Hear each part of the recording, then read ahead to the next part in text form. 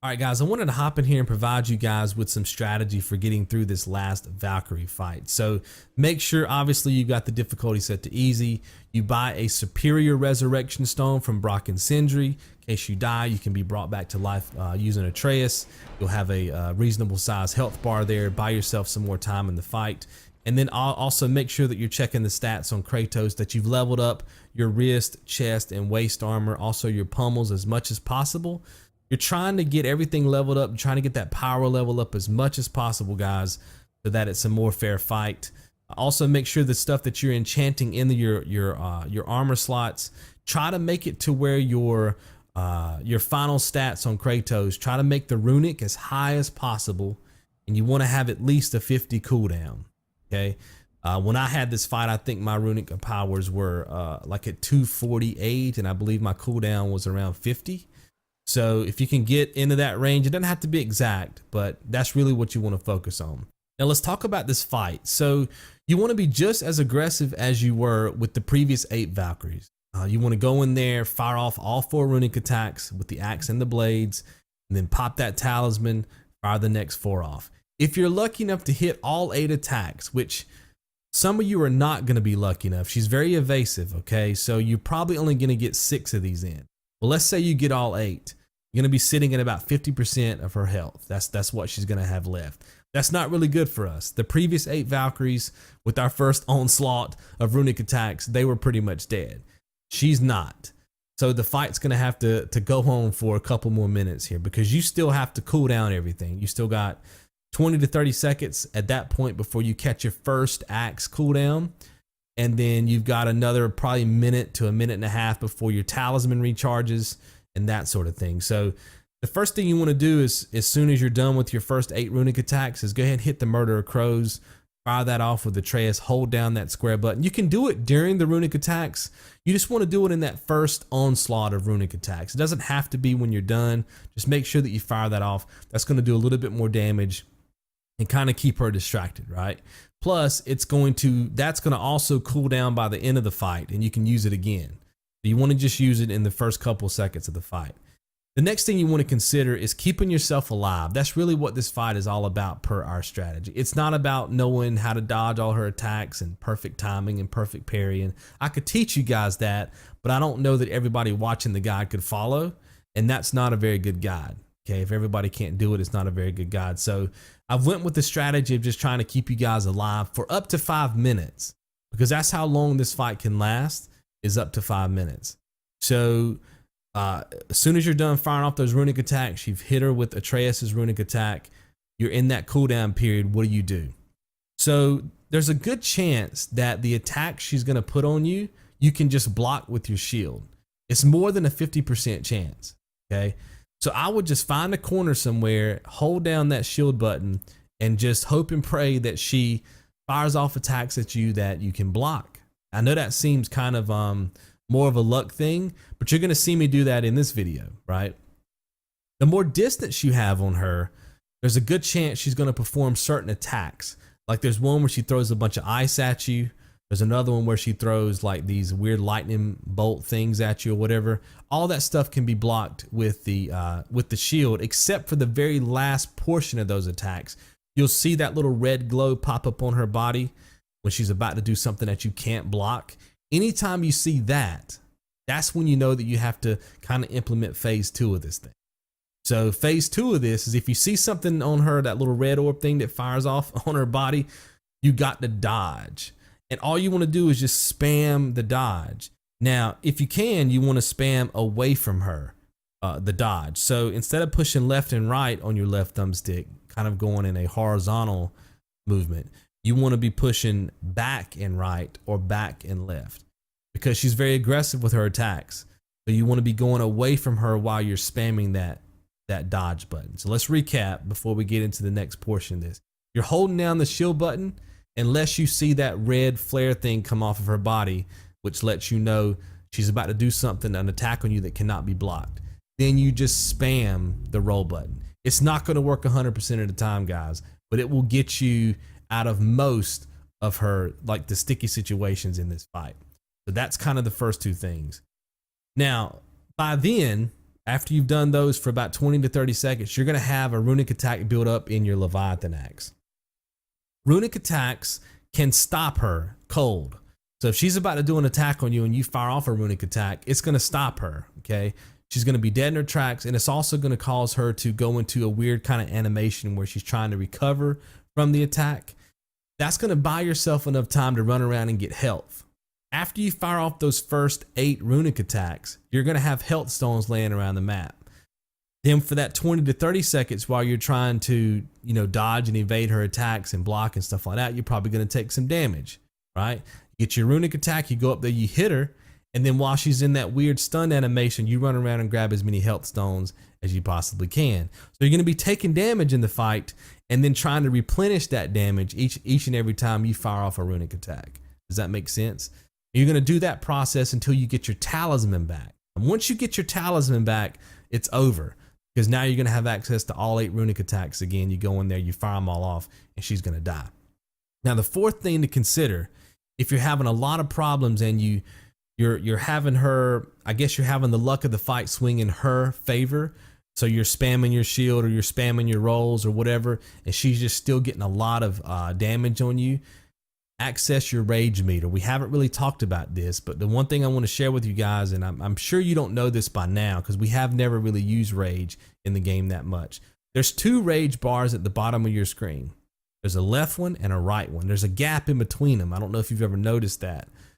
So what this means is that as long as you have rage built up in the right bar, you can use it repeatedly over and over and over again. So let's say everything's full. You hit L3, R3, the rage starts clicking down. Let's say you get down to about half of that right bar. You hit L3, R3 again, you retain all the rage that's left. So now you're sitting at half of that right bar. You can then hit L3, R3 again and go back into rage. And you can keep going in and out of rage as long as you have a meter built up on the right bar. Does that make sense? So you can use that to your advantage in this fight. The way that this works is anytime you go into rage, if there's an enemy close to you and your forearms fire up and all that kind of stuff when you scream, if they're near you, they will get stunned for a second. They'll actually go into an animation where they're, kind of guarding themselves from the fire that's coming off your body and stuff like that. And that's enough to keep her from attacking you.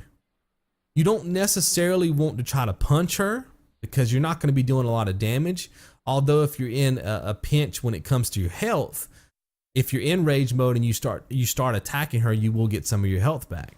So that's also something that you can do. But if you're looking at it strictly from a standpoint of defense, you wait till she gets close when she's trying to attack you. And instead of doing a Runic Attack, because maybe you don't have one, you just go into rage. Rage is going to cause her to go in that weird animation, get you out of a sticky situation. As soon as you pop it though, just hit O3, R3 again so that you retain most of that meter. That way you can use it multiple times. So when you add that in, right, the rage, being able to stop her attacks using that method, and the Runic Attacks, which charge every 20 to 30 seconds, you always have something in your arsenal that can stop her from attacking you and damaging you while your talisman is building back up. Because remember, once your talisman goes back to full, you're going to have access to all your other Runic Attacks. Does that make sense? And that's how you get through this fight. You have to buy yourself the time that you need to stay alive. You see what I'm saying? And if you can do that, you will win. And that's pretty much the fight. Hopefully the clip I'm going to show you will help you guys out. I tried to mimic how I thought most of you would play this fight. So I knew that certain attacks you were probably going to take damage on. Like there's one where she dives up in the air and falls on you and she stomps you like in the neck or whatever, in the face or whatever with her heel. I let that hit me a couple of times. I let some of the other attacks hit me a couple of times. There's one part where I get really critical with my health bar, and then I was able to build my health back up, running around and getting health stones using the same tips that I'm telling you guys right now. It took me about 9 fights to get the clip that I'm going to show you guys because I wanted to mimic how I thought it was going to play out in your game. I don't like creating guides where it looks very easy for me, and then you watch the clip and then you go, oh, it's going to perform the same way for me. And then you start playing it out and it's nothing like your game.